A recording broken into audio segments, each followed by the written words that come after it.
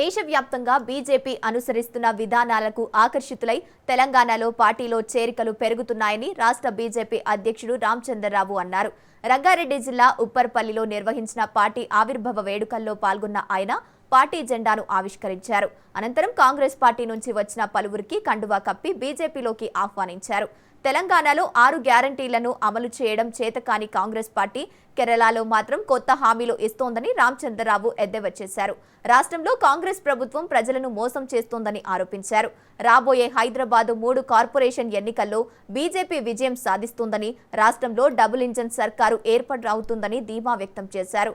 ఈ కార్యక్రమంలో చేవెళ్ల ఎంపీ కొండా విశ్వేశ్వర్రెడ్డి సహా పార్టీ నాయకులు పాల్గొన్నారు. అందరూ సపోర్ట్లతో పాల్గొంటాను కూడా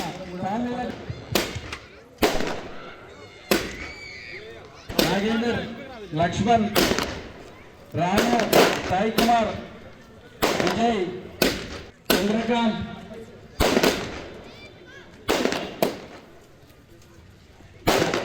పార్టీల ఛానల్లో కాంగ్రెస్, బీఆర్ఎస్, ఎంఐఎం ఏకమైతా ఉన్నారు.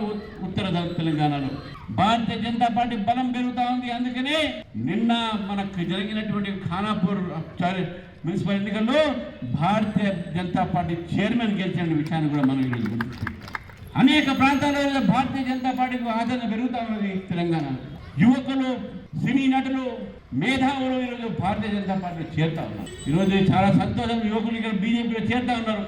నేను మొన్న చేరినప్పుడు యువకుని అడిగాను, నువ్వు మన కాంగ్రెస్ పార్టీ నుంచి మన పార్టీలో వచ్చినావు బాబు, మరి దానికి కారణం ఏదని చెప్పాను, అడిగాను.